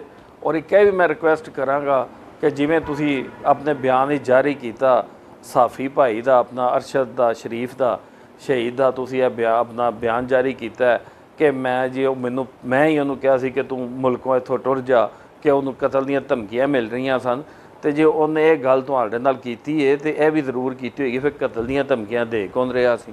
ਤੇ ਇਹ ਵੀ ਮਿਹਰਬਾਨੀ ਕਰਕੇ ਤੇ ਇਹ ਵੀ ਵਜ਼ਾਹਤ ਕਰਿਆ ਜੇ ਕਿ ਕਿੰਨੇ ਇਹ ਜਿਹੜਾ ਵੇ ਅਸੀਂ ਹਕੂਮਤ ਨਾਲ ਵੀ ਅਪੀਲ ਕਰਨੇ ਆ ਔਰ ਇਹ ਦਿਲ ਨਾਲ ਅਸੀਂ ਇਹ ਕਹਿੰਦੇ ਆ ਕਿ ਇਹਦਾ ਕਾਤਲ ਜ਼ਰੂਰ ਲੱਭਣੇ ਚਾਹੀਦੇ ਨੇ। ਸਹਾਫੀ ਭਾਈ ਉਹ ਕਲਮ ਦੀ ਤਾਕਤ ਰੱਖਦਾ ਕਿ ਜਿਹੜਾ ਹਰ ਚੀਜ਼ ਨੂੰ ਜਿਹੜਾ ਲਿਖ ਦੇਗਾ ਉਹ ਸੱਚ ਸਮਝਿਆ ਜਾਂਦਾ ਹੈ ਔਰ ਹਮੇਸ਼ਾ ਸਹਾਫੀ ਭਾਈ ਨੇ ਸੱਚ ਦੇ ਮਬਨੀ ਆਪਣੀ ਕਲਮ ਚਲਾਈ ਹੈ। ਅਸੀਂ ਉਹਨਾਂ ਨੂੰ ਖਰਾਜ ਤਹਿਸੀਨ ਪੇਸ਼ ਕਰਨੇ ਆ। ਪਹਿਲੇ ਤਾਂ ਮੈਂ ਆਪਣੀ ਸਾਰੀ ਕੌਮ ਅੱਗੇ ਸਵਾਲ ਕਰਨਾ ਕਿ ਲੌਂਗ ਮਾਰਚ ਕਦ ਹੈ। ਅਸੈਂਬਲੀ ਨੂੰ ਤੇ ਇਹ ਨਹੀਂ ਮੰਨਦਾ, ਜਿਹੜੀ ਅਸੈਂਬਲੀ ਦੇ ਵਿੱਚੋਂ ਜਿਸ ਤਰ੍ਹਾਂ ਵੀ ਹੈ ਸੀ ਇਹ ਕਾਮਯਾਬ ਹੋ ਕੇ ਆਇਆ ਤੇ ਇਹ ਅਸੈਂਬਲੀ ਬਣੀ ਤੇ ਉਹ ਅਸੈਂਬਲੀ ਬਣਾ ਕੇ ਆਪ ਤੇ ਜਾ ਕੇ ਬਾਹਰ ਬਹਿ ਗਿਆ ਹੈ ਤੇ ਇਹ ਜਿਨ੍ਹਾਂ ਬੰਦਿਆਂ ਨੂੰ ਨਾਲ ਲੈ ਕੇ ਗਿਆ ਉਹਨਾਂ ਨੂੰ ਤਨਖਾਹਾਂ ਵੀ ਦਵਾਉਂਦਾ ਪਿਆ ਅਸੈਂਬਲੀ ਦੇ ਵਿੱਚ। ਜਿਸ ਤਰ੍ਹਾਂ ਇਹ ਕਹਿ ਰਿਹਾ ਕਿ ਮੈਂ ਲਾਹੌਰ ਤੋਂ ਚੱਲਣਾ ਤੇ ਮੈਂ ਇਸਲਾਮਾਬਾਦ ਪਹੁੰਚਣਾ ਤੇ ਮੈਂ ਵੋਟਾਂ ਦੇਣਾ 'ਚ ਉੱਥੇ ਪਹੁੰਚਣਾ। ਯਾਰ ਇਹ ਕੋ ਮੌਜੇ ਧੋਂਗੇ, ਇਹ ਸਮਝਦਾ ਕਿ ਮੈਂ ਮੌਜੇ ਧੁੰਗ ਬਣ ਗਿਆ। ਉਹ ਉਹਨਾਂ ਦੀ ਕੌਮ ਵਾਸਤੇ ਕੁਛ ਕੀਤਾ ਸੀ ਤੇ ਉਹਨਾਂ ਕਰਕੇ ਵਹਾਇਆ ਸੀ। ਤੂੰ 3 ਸਾਲਾਂ 'ਚ ਕੀ ਕੀਤਾ? ਤੂੰ ਇੰਨੀਆਂ ਗੱਲਾਂ ਉਸ ਵੇਲੇ ਦੱਸਦਾ ਮੇਰੇ ਕੋਲ 300 ਬਰੇਨ ਹੈ ਤੇ 400 ਬਰੇਨ ਹੈ, ਮੈਂ ਬਾਹਰੋਂ ਲੈ ਕੇ ਆਵਾਂਗਾ, ਮੈਂ ਇਹ ਕੰਮ ਕਰਾਂਗਾ। ਤੇ ਨਿਕਲਿਆ ਵਿੱਚੋਂ ਕੀ? ਚੌਹਾਨ। ਤੇ ਨਿਕਲਿਆ ਵਿੱਚੋਂ ਕੀ? ਵਾਢਾ। ਇਹ ਕੌਮ ਦੀ ਤਕਦੀਰ ਸਵਾਰਨ ਵਾਲੇ ਦਿਮਾਗ ਸਨ। ਸਾਡੇ ਤੇ ਕਾਰੋਬਾਰਾਂ ਦਾ ਬੇੜਾ ਗਰਕ ਹੋ ਗਿਆ। ਅੱਜ ਦੁਕਾਨਦਾਰ ਵੀ ਵਿਚਾਰੇ ਰੋਂਦੇ ਨੇ ਪਏ, ਸਵੇਰ ਤੋਂ ਸ਼ਾਮ ਤੱਕ ਵਿਹਲੇ ਬਹਿ ਕੇ ਘਰ ਟੁਰ ਜਾਂਦੇ ਨੇ। ਮਜ਼ਦੂਰ ਆਦਮੀ ਤੇ ਉਹ ਰੋਂਦਾ ਪਿਆ। ਕੱਲ ਇੱਥੇ ਇੱਕ ਮੇਰੀ ਫੈਕਟਰੀ ਇੱਕ ਖਰਾਦ ਮਸ਼ੀਨ ਵਾਲਾ ਆ ਗਿਆ ਇੱਥੇ, ਸੁਪਰ ਏਸ਼ੀਆ ਦੇ ਪਿੱਛੇ ਉਹਦੀ ਫੈਕਟਰੀ ਹੈ। ਉਹਨੂੰ ਪੁੱਛਿਆ ਯਾਰ ਕੀ ਹਾਲਾਤ ਨੇ, ਤੂੰ ਆਪਣਾ ਕਾਰੋਬਾਰ ਤੇਰਾ ਖਰਾਦ ਮਸ਼ੀਨਾਂ ਦਾ ਤੇ ਕਾਰਖਾਨੇਦਾਰਾਂ ਦੇ ਕੰਮ ਤੇਰੇ ਕੋਲ ਆਉਂਦੇ ਸਨ। ਉਹ ਆਂਦਾ ਜੀ 75% ਮਸ਼ੀਨਰੀ ਬੰਦ ਹੈ ਸ਼ਹਿਰ ਦੀ। ਬੜੇ ਵੱਡੇ ਗਰੁੱਪਾਂ ਦੇ ਉਹਨੇ ਨਾਂ ਲਿਆ ਕਿ ਸਾਰੇ ਬੰਦ ਜੇ, ਸਿਰਫ ਗੇਟ ਦੇ ਬੋਰਡ ਨਜ਼ਰ ਆਉਂਦੇ ਜੇ, ਅੰਦਰ ਕੁਝ ਵੀ ਨਹੀਂ ਜੇ ਰਿਹਾ। ਤੇ ਜੇ ਇੰਨੀਆਂ ਵੱਡੀਆਂ ਇੰਡਸਟਰੀਆਂ ਬੰਦ ਹੋ ਗਈਆਂ ਨੇ ਤੇ ਉਸ ਲੇਬਰ ਦਾ ਕੀ ਹਾਲ ਹੈ? ਉਹ ਯਾਰ ਗਰੀਬ ਆਬਾਦੀਆਂ 'ਚ ਤੇ ਜਾ ਕੇ ਵੇਖੋ, ਇਹਨੂੰ ਤਾਂ ਕੋਈ ਖੁਦਾ ਦਾ ਖੌਫ ਹੀ ਨਹੀਂ ਆਉਂਦਾ। ਇਹ ਤੇ ਬਣੀ ਗੱਲ ਆ, ਏਡੇ ਵੱਡੇ ਮਹੱਲ ਦੇ ਵਿੱਚ ਰਹਿੰਦਾ ਤੇ ਇਹਨੂੰ ਆਸਾਨੀ ਦੇ ਨਾਲ ਹਰ ਚੀਜ਼ ਉੱਥੇ ਮੁਯੱਸਰ ਹੈ ਔਰ ਇਹਦੇ ਜਿਹੜੇ ਹਵਾਰੀ ਨੇ ਉਹਨਾਂ ਨੂੰ ਵੀ ਹਰ ਚੀਜ਼ ਮੁਯੱਸਰ ਹੈ ਤੇ ਸਾਰੀਆਂ ਅੱਲਾ ਦੀਆਂ ਰਹਿਮਤਾਂ ਇਹਨਾਂ ਵਾਸਤੇ ਨੇ। ਤੇ ਜਿਹੜੇ ਸੜਕ ਤੋਂ 10 ਮੀਲ ਅੰਦਰ ਲੋਕ ਨੇ ਇਹਨਾਂ ਨੂੰ ਜਾ ਕੇ ਪੁੱਛੋ ਯਾਰ, ਇਹਨਾਂ ਤਰੱਕੀਆਤੀ ਕੰਮ ਪੰਜਾਬ ਦੇ ਵਿੱਚ ਹੁੰਦਾ ਸੀ ਪਿਆ। ਔਰ ਇਹ ਜਿੰਨੇ ਤਰੱਕੀਆਤੀ ਕੰਮ ਪੰਜਾਬ ਦੇ ਵਿੱਚ ਹੋ ਰਹੇ ਸਨ, ਇਹ ਤੇ ਇੱਕ ਆਵਾਮ ਦੀ ਨਾ ਖੁਸ਼ਹਾਲੀ ਦੀ ਨਿਸ਼ਾਨੀ ਹੁੰਦੀ ਹੈ ਕਿ ਅਗਰ ਅੱਜ ਇੱਥੇ ਕੋਈ ਸ਼ਹਬਾਜ਼ ਸ਼ਰੀਫ ਨੇ ਸੜਕ 'ਤੇ ਕੰਮ ਸ਼ੁਰੂ ਕਰਾ ਦਿੱਤਾ ਤੇ ਉੱਥੇ ਕੋਈ 200 ਬੰਦਾ ਕੰਮ ਕਰ ਰਿਹਾ। ਜੇ ਕੋਈ ਸ਼ਹਿਰ ਦੇ ਵਿੱਚ ਕੋਈ ਤਾਮੀਰਾਂ ਸ਼ੁਰੂ ਕੀਤੀਆਂ ਨੇ ਤੇ ਉੱਥੇ ਕੋਈ 1000 ਬੰਦਾ ਕੰਮ ਕਰ ਰਿਹਾ, ਨਾਲ ਉਸ ਸੀਮੈਂਟ ਦੀਆਂ ਫੈਕਟਰੀਆਂ ਚੱਲਦੀਆਂ ਨੇ, ਨਾਲ ਲੋਹੇ ਦੀਆਂ ਫੈਕਟਰੀਆਂ ਚੱਲਦੀਆਂ ਨੇ, ਨਾਲ ਭੱਠੇ ਚੱਲਦੇ ਨੇ, ਕਿੱਥੇ ਕਿੱਥੇ ਲੇਬਰ ਕੰਮ ਕਰਦੀ ਹੈ। ਤੇ ਉਹ ਸਾਰੇ ਤਰੱਕੀਆਤੀ ਕੰਮ ਬੰਦ ਹੋ ਗਏ ਜਿਹੜੇ ਗਵਰਨਮੈਂਟ ਲੈਵਲ ਦੇ ਸਨ, ਜਿਹੜੇ ਪੰਜਾਬ ਲੈਵਲ ਮਰਕਜ਼ ਲੈਵਲ ਕੋਈ ਕੰਮ ਇਹਦੇ ਦੌਰ 'ਚ ਨਹੀਂ ਹੋਇਆ। ਹੁਣ ਰਹਿ ਕੀ ਗਿਆ? ਬਿਜਲੀ ਸਾਡੇ ਕੋਲ ਕੋਈ ਨਹੀਂ, ਗੈਸ ਸਾਡੇ ਕੋਲ ਕੋਈ ਨਹੀਂ। ਇਹਨਾਂ ਦੀਆਂ ਲਾਪਰਵਾਹੀਆਂ ਨੇ, ਇਹਨਾਂ ਦੀਆਂ ਬਦਤਮੀਜ਼ੀਆਂ ਨੇ ਨਵੀਂ ਨਸਲ ਦਾ ਬੇੜਾ ਗਰਕ ਕਰ ਦਿੱਤਾ। ਨਾ ਬੇਟੇ ਨੂੰ ਪਤਾ ਕਿ ਮੈਂ ਪਿਓ ਨਾਲ ਕਿਸ ਤਰ੍ਹਾਂ ਬੋਲਣਾ, ਨਾ ਬੇਟੀ ਨੂੰ ਪਤਾ ਮੈਂ ਮਾਂ ਨਾਲ ਕਿਸ ਤਰ੍ਹਾਂ ਬੋਲਣਾ। ਯਾਰ ਚੰਗਾ ਨਵਾਂ ਪਾਕਿਸਤਾਨ ਬਣਾਉਂਦੇ ਹੋ ਪਿਆ। ਇਹ ਤਾਂ ਪੁਰਾਣਾ ਪਾਕਿਸਤਾਨ ਜਿਹੜਾ ਸੀ ਉਹ ਤੋਂ ਆਬਰੂ ਵਾਲਾ ਪਾਕਿਸਤਾਨ ਸੀ। ਉੱਥੇ ਹਰ ਛੋਟੇ ਵੱਡੇ ਦੀ ਤਮੀਜ਼ ਸੀ, ਲੋਕਾਂ ਨੂੰ ਪਿਆਰ ਮੁਹੱਬਤ ਸੀ। ਹੁਣ ਜਿਹਦੇ ਨਾਲ ਗੱਲ ਕਰੋ ਜੀ ਇਮਰਾਨ ਖਾਨ, ਉਹ ਭਾਈ ਇਮਰਾਨ ਖਾਨ ਨੇ ਕੀ ਕਰ ਦਿੱਤਾ? ਉਹ ਇੱਕ ਮੈਚ ਜਿੱਤ ਲਿਆ ਤੇ ਮੈਚ ਜਿੱਤਣ ਦੇ ਨਾਲ ਇਹ ਤਾਂ ਨਹੀਂ ਹੁੰਦਾ ਕਿ ਉਹਨੇ ਮੁਲਕ ਦੀ ਤਕਦੀਰ ਸੰਵਾਰ ਦੇਣੀ ਹੈ। ਜਾਂ ਤਾਂ ਕੋਈ 3 ਸਾਲਾਂ ਹੀ ਸਾਨੂੰ ਕਰਕੇ ਵਹਾਂਦਾ, ਅਸੀਂ ਵੀ ਆਂਦੇ ਯਾਰ ਵਾਕਈ ਇਹਨੇ ਸ਼ਾਬਾਸ਼ੀ ਨਾਲ ਚੰਗਾ ਕੰਮ ਕੀਤਾ। ਔਰ ਹੁਣ ਵੀ ਉਹ ਜਿੱਦਣ ਦੇ ਆਏ ਨੇ ਫਿਰ ਵਿਚਾਰੇ ਉਹ ਥਰ ਦੇ ਵਿੱਚੋਂ ਉਹਨਾਂ ਨੇ ਜਿਹੜਾ ਕੋਲਾ ਲੱਭਿਆ ਆਇਆ ਸੀ ਉਦੋਂ ਦਾ, ਜਿੱਥੇ ਉਹਨਾਂ ਪਲਾਂਟ ਲਾਣੇ ਸਨ, ਉਹ ਦੁਬਾਰਾ ਸ਼ੁਰੂ ਹੋਏ ਨੇ। ਫਿਰ ਬਿਜਲੀ ਦੀ ਇੰਨੀ ਲੋਡ ਸ਼ੈਡਿੰਗ ਹੈ, ਬਿਜਲੀ ਦਾ ਇੰਨਾ ਬਿੱਲ ਹੈ, ਖੁਦਾ ਦੀ ਕਸਮ ਕਈ ਲੋਕ ਖੁਦਕੁਸ਼ੀਆਂ ਕਰ ਗਏ ਨੇ ਇਸ ਬਿੱਲ। ਕਈ ਘਰਾਂ 'ਚ ਲੜਾਈਆਂ ਪੈ ਗਈਆਂ ਨੇ, ਭਰਾ ਨਾਲ ਲੜ ਪਿਆ, ਉਹਨੂੰ ਉਹ ਆਂਦਾ ਮੈਂ ਉੱਤੇ ਰਹਿਣਾ ਤੂੰ ਥੱਲੇ ਰਹਿੰਦਾ, ਉਹ ਆਂਦਾ ਤੂੰ ਬਹੁਤੀ ਬਿਜਲੀ ਬਾਲੀ ਹੈ, ਉਹ ਆਂਦਾ ਤੂੰ ਬਹੁਤੀ ਬਾਲੀ ਹੈ। ਕਿੱਥੋਂ ਬਿੱਲ ਦੇਣ? ਕੰਮ ਉਹਨਾਂ ਕੋਲ ਕੋਈ ਨਹੀਂ। ਬਿਜਲੀ ਦਾ ਬਿੱਲ ਇੰਨੀ ਬਿਜਲੀ ਮਹਿੰਗੀ ਹੋ ਗਈ ਕਿ ਕਾਰਖਾਨੇਦਾਰ ਫੈਕਟਰੀਆਂ ਬੰਦ ਕਰ ਗਿਆ। ਉਹ ਇਸ ਬਿਜਲੀ ਇੰਨੀ ਮਹਿੰਗੀ ਬਿਜਲੀ ਦੇ ਨਾਲ ਮਸ਼ੀਨਾਂ ਚਲਾ ਹੀ ਨਹੀਂ ਸਕਦਾ। ਫਿਰ ਆਂਦੇ ਨੇ ਜੀ ਡਕੈਤੀਆਂ ਹੋ ਰਹੀਆਂ, ਤੇ ਡਕੈਤੀਆਂ ਨਾ ਹੋਣਗੀਆਂ ਤੇ ਹੋਰ ਕੀ ਹੋਵੇਗਾ? ਉਹਨੇ ਪੇਟ ਤੇ ਭਰਨਾ, ਸਾਰਾ ਕੁਝ ਇਹਨਾਂ ਤਬਾਹ ਕਰ ਦਿੱਤਾ। ਜਿਹੜੀਆਂ ਫੈਕਟਰੀਆਂ ਲਾਈਆਂ ਸਨ ਉਹ ਵੀ ਬੰਦ ਪਈਆਂ ਨੇ। ਡੈਮ ਬਣਾਵਾਂਗੇ ਜੀ, ਬੜੀ ਜਨਾਬ ਦਵਾਈ ਸੀ ਜੀ ਡੈਮ ਬਣੇਗਾ, ਉਹ ਕਿੱਥੇ ਗਏ? ਪੂਰੀ ਦੁਨੀਆ ਨੇ ਡੈਮ ਵਾਸਤੇ ਇਹਨਾਂ ਨੂੰ ਪੈਸੇ ਦਿੱਤੇ, ਆਪ ਹੀ ਕਹਿੰਦੇ ਸਨ ਅੱਜ ਇੰਨੇ ਅਰਬ ਇੱਥੋਂ ਆ ਗਏ, ਅੱਜ ਇੰਨੇ ਕਰੋੜ ਇੱਥੋਂ ਆ ਗਏ। ਉਹ ਬਾਬਾ ਜੀ ਕਿੱਥੇ ਗਏ ਨੇ ਡੈਮ ਵਾਲੇ ਜਿਹੜੇ ਆਂਦੇ ਮੈਂ ਝੌਂਪੜੀ ਉੱਥੇ ਲਾ ਕੇ ਤੇ ਉੱਥੇ ਬਵਾਂਗਾ? ਉਹ ਵੀ ਬੇੜਾ ਗਰਕ ਕਰਕੇ ਗਏ ਨੇ ਇਸ ਮੁਲਕ ਦਾ। ਨਾ ਡੈਮ ਬਣਿਆ, ਨਾ ਕੋਈ ਫੈਕਟਰੀ ਬਿਜਲੀ ਦੀ ਲੱਗੀ ਹੈ, ਅੱਗੋਂ ਜਿਹੜੀਆਂ ਲੱਗੀਆਂ ਸਨ ਉਹ ਬੰਦ ਹੋ ਗਈਆਂ ਨੇ। ਇਹ ਹੁਣ ਅਸਾਂ ਹਕੂਮਤ ਤੇ ਲਈ ਏ, ਮਗਰ ਨਾ ਪਤਾ ਨਹੀਂ ਇਹ ਜ਼ਹਿਰ ਕਿਉਂ ਖਾਧਾ ਗਿਆ। ਇਹ ਚੰਦ ਲੋਕਾਂ ਨੂੰ ਪਤਾ ਹੈ ਕਿ ਸਿਰਫ ਮੁਲਕ ਬਚਾਉਣ ਦੀ ਖਾਤਰ ਫਿਰ ਮੁਸਲਿਮ ਲੀਗ ਨੂੰ ਅੱਗੇ ਆਈ ਹੈ, ਦੂਸਰੀਆਂ ਪਾਰਟੀਆਂ ਨੂੰ ਨਾਲ ਮਿਲਾ ਕੇ, ਵਰਨਾ ਤਾਂ ਮੁਲਕ ਦਾ ਬੇੜਾ ਗਰਕ ਹੋ ਚੱਲਾ ਸੀ। ਵੇਖੋ ਨਾ, ਸਾਡਾ ਟੈਕਸਟਾਈਲ ਦਾ ਕੰਮ ਹੈ, ਸਾਡਾ ਸਿਆਲਕੋਟ ਡਰਾਈ ਪੋਰਟ ਦੀ ਮੈਂ ਸਿਰਫ ਗੱਲ ਕਰਨਾ ਕਿ ਉੱਥੋਂ 100 ਕੰਟੇਨਰ ਡੇਲੀ ਜਾਂਦਾ ਸੀ। ਔਰ ਪੂਰੀ ਦੁਨੀਆ ਤੋਂ ਵਪਾਰੀ ਜਿਹੜੇ ਨੇ ਨਾ, ਯੂਰਪੀਅਨ ਕੰਟਰੀ ਤੋਂ ਲੋਕ ਫੈਸਲਾਬਾਦ ਹੁੰਦੇ ਸਨ ਕੱਪੜੇ ਦੀ ਖਰੀਦਦਾਰੀ ਵਾਸਤੇ। ਹੁਣ ਕੋਈ ਬੰਦਾ ਇੱਧਰ ਮੂੰਹ ਨਹੀਂ ਕਰਦਾ। ਮਸਨੂਆਤ ਇੰਨੀਆਂ ਮਹਿੰਗੀਆਂ ਹੋ ਗਈਆਂ ਨੇ। ਅੱਜ ਬੰਗਲਾਦੇਸ਼ ਦਾ ਕੱਪੜਾ ਜਿਹੜਾ ਨਾ, ਫਰਜ਼ ਕਰੋ 10 ਰੁਪਏ ਵੇ ਤੇ ਸਾਡਾ 15 ਰੁਪਏ ਮੀਟਰ ਪੈਂਦਾ ਪਿਆ ਘਰ। ਇੰਨਾ ਫਰਕ ਹੋਵੇ ਤੇ ਉਹਨਾਂ ਸਾਡੇ ਜਿਹੜੇ ਕਰਾਚੀ ਦੇ ਵੱਡੇ ਸੇਠ ਸਾਨੂੰ ਆਪਣੀਆਂ ਮਸ਼ੀਨਾਂ ਚੁੱਕ ਕੇ ਬੰਗਲਾਦੇਸ਼ ਲੈ ਗਏ ਨੇ। ਸਾਡੀ ਲੇਬਰ ਰੁਲਦੀ ਹੈ ਪਈ। ਅੱਜ ਉਹਨਾਂ ਦੀ ਕਰੰਸੀ ਦੀ ਕੀਮਤ ਵੇਖ ਲਓ ਤੇ ਆਪਣੀ ਵੇਖ ਲਓ। ਅਫਗਾਨਿਸਤਾਨ ਕੱਲ੍ਹ ਆਜ਼ਾਦ ਹੋਇਆ, ਕੱਲ੍ਹ ਦੀ ਗੱਲ ਹੈ, ਤੇ ਉਹਨਾਂ ਦੀ ਕਰੰਸੀ ਦੀ ਕੀਮਤ ਵੇਖ ਲਓ ਤੇ ਆਪਣੀ ਵੇਖ ਲਓ। ਉਹ ਅਸੀਂ ਤਾਂ ਪਤਾ ਨਹੀਂ ਕਿੱਧਰ ਟੁਰ ਗਏ ਹਾਂ। ਅੱਲਾਹ ਤਾਲਾ ਇਹਨਾਂ ਨੂੰ ਹਦਾਇਤ ਦੇਵੇ। ਇਹ ਲਾਂਗ ਮਾਰਚ ਜਿਹੜੇ ਨੇ ਨਾ, ਇਹ ਉਦੋਂ ਲਾਂਗ ਮਾਰਚ ਦਾ ਮਕਸਦ ਕੋਈ ਨਹੀਂ ਕਿ ਲਾਂਗ ਮਾਰਚ ਕਰਨਾ। ਕੌਮ ਦੇ ਅੱਗੇ ਭੁੱਖ ਨਾਲ ਮਰਦੀ ਹੈ ਵੀ, ਤੇ ਤੁਸੀਂ ਹੋਰ ਅਫਰਾ ਤਫਰੀ ਕਰਕੇ ਜਿਹੜੇ ਕੋਈ ਛੋਟੇ ਮੋਟੇ ਲੋਕਾਂ ਦੇ ਕੰਮ ਚੱਲਦੇ ਨੇ ਉਹ ਵੀ ਤਬਾਹ ਕਰਨੇ ਕਿ ਤਕਰੀਬਨ फैसलाबाद से 100 कंटेनर डेली टेक्सटाइल का बाहर एक्सपोर्ट हो रहा था।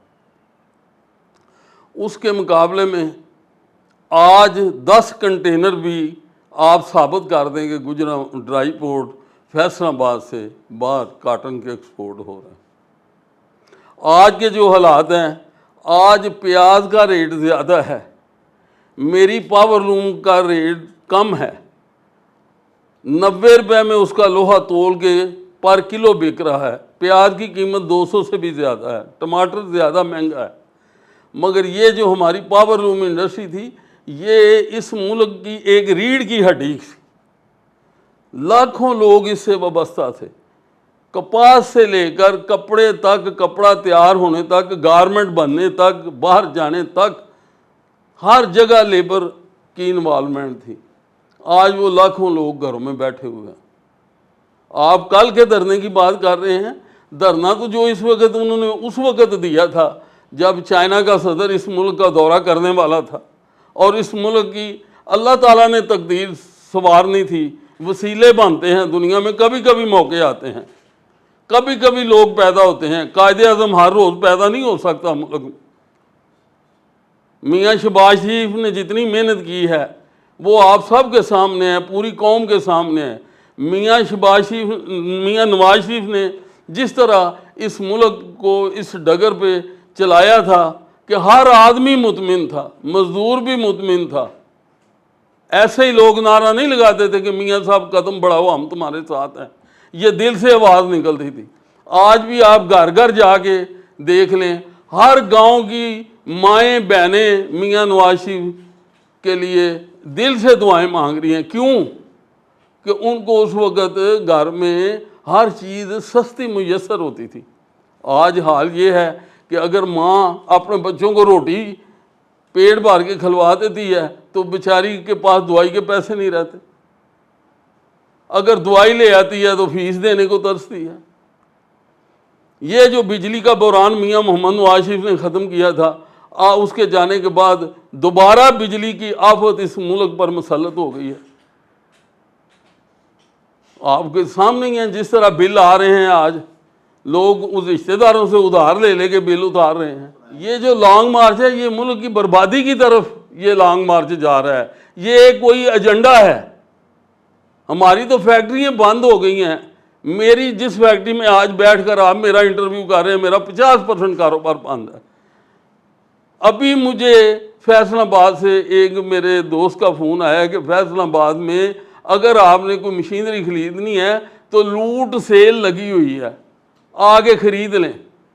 हिम्मत ही नहीं। जो 50 लाख की लूम थी वो 15 लाख में बिक रही है आज।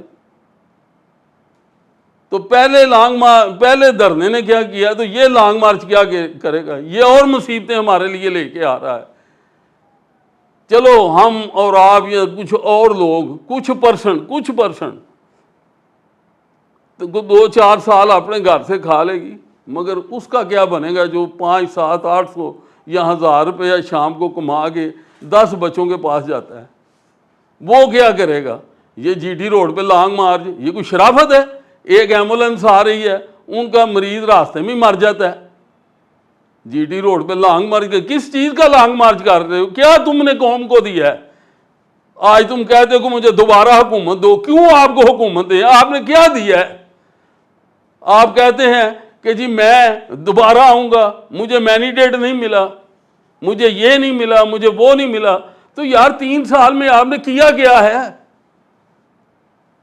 और मैं अपने शहर की बात नहीं करता, पूरे पाकिस्तान में बता दो कोई तरक्याती काम हुआ है? मेरे कायद ने तो पहले 2 साल में मोटरवे की बुनियाद रख दी थी और मोटरवे चलवा दी थी लाहौर से पेशावर तक। इतने तरक्याती काम हुए हैं। और जब मियाँ मोहम्मद शहबाज शरीफ, ये लाहौर देख लें, गुजरांवाला देख लें, अजीज़ क्रास देख लें, गुजरांवाला शहर के अंदर पुल देख लें। 65 साल हो गए पाकिस्तान को बने हुए उस वक्त, आज तो 70 के करीब हो गए हैं। तो उस वक्त ये जो पुल बने थे, मैं दावे से कहता हूं कि गुजरांवाला का कोई कारपोरेशन का हो या निजी स्कूल, जो क़याम पाकिस्तान के बाद जो इमारतें बनी थी वो सारी मियाँ मोहम्मद शहबाज शरीफ के दौर में नई बन गई।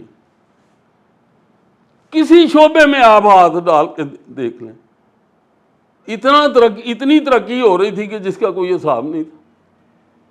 इनका कारनामा क्या है? इन्होंने सबसे पहले आते ही हमारे जो बलदियाती निज़ाम था पूरे पंजाब में, इन्होंने उसको तहबाला कर दिया। ये बुनियादी जमहूरियत होती है, ये बुनियादी हकूक़ इंसान के यहाँ से शुरू होते हैं। इन्होंने यूनियन काउंसिलों का खात्मा कर दिया, चेयरमैनों को घरों में बिठा दिया, अवाम ने ये नुमाइंदे मुंतखब किए हुए थे, हर तरफ से इसने बेड़ा गर्क कर दिया। कोई काम किया है? आज तुम बड़ी खुशी से देखो इसका लॉन्ग मार्च क्या करता है। मैं पूरे दावे से कहता हूं कि इंशाअल्लाह ताला ये इनका लॉन्ग मार्च कामयाब नहीं होगा। ਲਾਂਗ ਮਾਰਚ ਇੱਕ ਨਹੀਂ 100 ਕਰ ਲੈ, ਹੁਣ ਤੇਰੇ ਪਿੱਛੇ ਹੱਥ ਰੱਖਣ ਵਾਲਾ ਕੋਈ ਨਹੀਂ। ਤੂੰ ਕਹਿੰਦਾ 22 ਸਾਲ ਮੈਂ ਜਦੋਜਹਿਦ ਕੀਤੀ ਏ, ਤੂੰ 50 ਸਾਲ ਵੀ ਜਦੋਜਹਿਦ ਕਰ ਲਓ, ਤੂੰ ਵਜ਼ੀਰ ਆਜ਼ਮ ਨਹੀਂ ਸੈਂ ਬਣਦਾ। ਜਿੰਨਾ ਤੈਨੂੰ ਵਜ਼ੀਰ ਆਜ਼ਮ ਬਣਾਇਆ ਸੀ ਉਹਨਾਂ ਚੁੱਕ ਕੇ ਤੈਨੂੰ ਲਾਹਤਾ। ਹੁਣ ਜਿੱਥੇ ਮਰਜ਼ੀ ਤੇਰੀ ਨਸਲ ਹੈ, ਜਿੰਨੀਆਂ ਮਰਜ਼ੀ ਲਾਂਗ ਮਾਰਚਾਂ ਕਰ ਲੈ। 130 ਦਿਨ ਧਰਨਾ ਤੂੰ ਦਿੱਤਾ ਸੀ, ਹੁਣ ਤੂੰ 170 ਦਫਾ ਧਰਨਾ ਦੇਵੇਂ, ਤੂੰ ਫਿਰ ਵਜ਼ੀਰ ਆਜ਼ਮ ਨਹੀਂ ਬਣ ਸਕਦਾ। ਅੱਜ ਤੋਂ ਬਾਅਦ तेरा डाउन शुरू हो गया, तू इंशाअल्लाह ताला कफरे कितार तक पहुँचेगा। सियासी लांग मारे तो पहला एक सवाल का जवाब देवे इस कौम नू कि जिस कौम नू इन्हें कहा सी कि मैंने अरशद शरीफ नू बाहर जाने ते मजबूर किया, मैं उन्होंने कहा, उन्हें मैनू इनकार किया कि नहीं मैं नहीं जाना, मैं उन्होंने मजबूर किया बाहर घल्लण वास्ते। अगर वो बाहर गया, ये तेनों वो कतल का पता सी, तू इस गौरमेंट नू दसिया क्यों ना? तू अपनी गौरमेंट नू तलाह क्यों ना दी कि इस बंदे नू कतल किया जाएगा, इस बंदे नाल इंज हो जाएगा।